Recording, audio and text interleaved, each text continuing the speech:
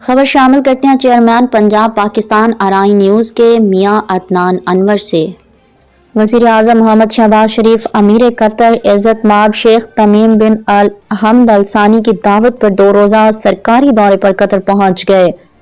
Doha کے king حمد بین الاقوامی ہوائی اڈے پر قطر کے وزیر مملکت وزیر خارجہ امور عزت مآب ڈاکٹر محمد بن عبدالعزیز الخلیفی، قطر میں تعینات پاکستانی سفیر محمد عامر اور سفارتی عملے نے وزیر اعظم کا استقبال کیا۔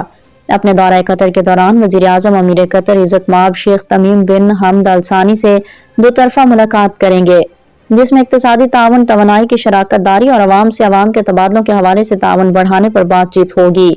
دونوں فریق تجارت، سرمایہ کاری، توانائی، بنیادی ڈھانچے کی ترقی اور افرادی قوت کی برآمد کے شعبوں میں اشتراک کو مزید بڑھانے کے حوالے سے بھی تبادلہ خیال کریں گے۔